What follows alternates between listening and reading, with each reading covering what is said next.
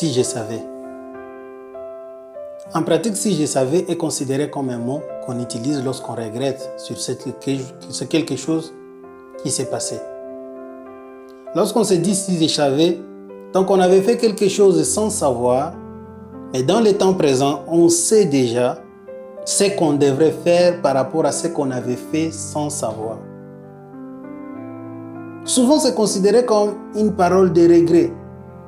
Mais je pense qu'il y a de positifs à tirer dans cette phrase « si je savais ». Et deux grands éléments que j'aimerais vous partager aujourd'hui par rapport à cette phrase « si je savais ».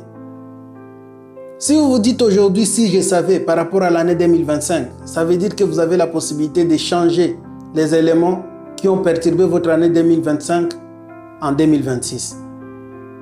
Et comment vous faites ?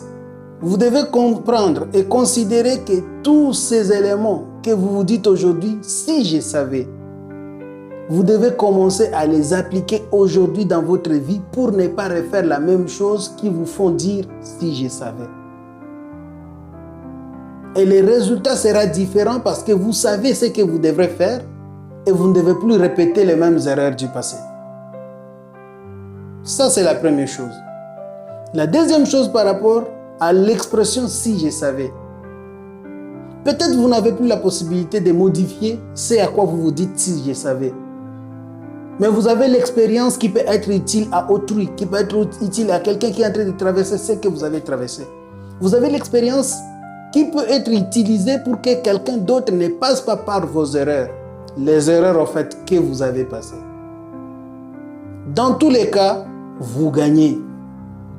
D'un côté, vous gagnez en améliorant vos compétences, vos connaissances par rapport aux erreurs que vous avez eu à commettre dans le passé. Et dans le temps présent, vous savez déjà ce qu'il vous faut faire. Et de l'autre côté, vous pouvez utiliser cette expérience pour aider les autres. Vous pouvez utiliser cette expérience pour faciliter les autres. Vous pouvez utiliser cette expérience pour éviter aux autres les erreurs que vous avez à commettre. C'est pourquoi même la Bible déclare que certaines choses étaient arrivées aux anciens pour nous servir d'exemple. Alors, soyez un bon exemple pour vous-même.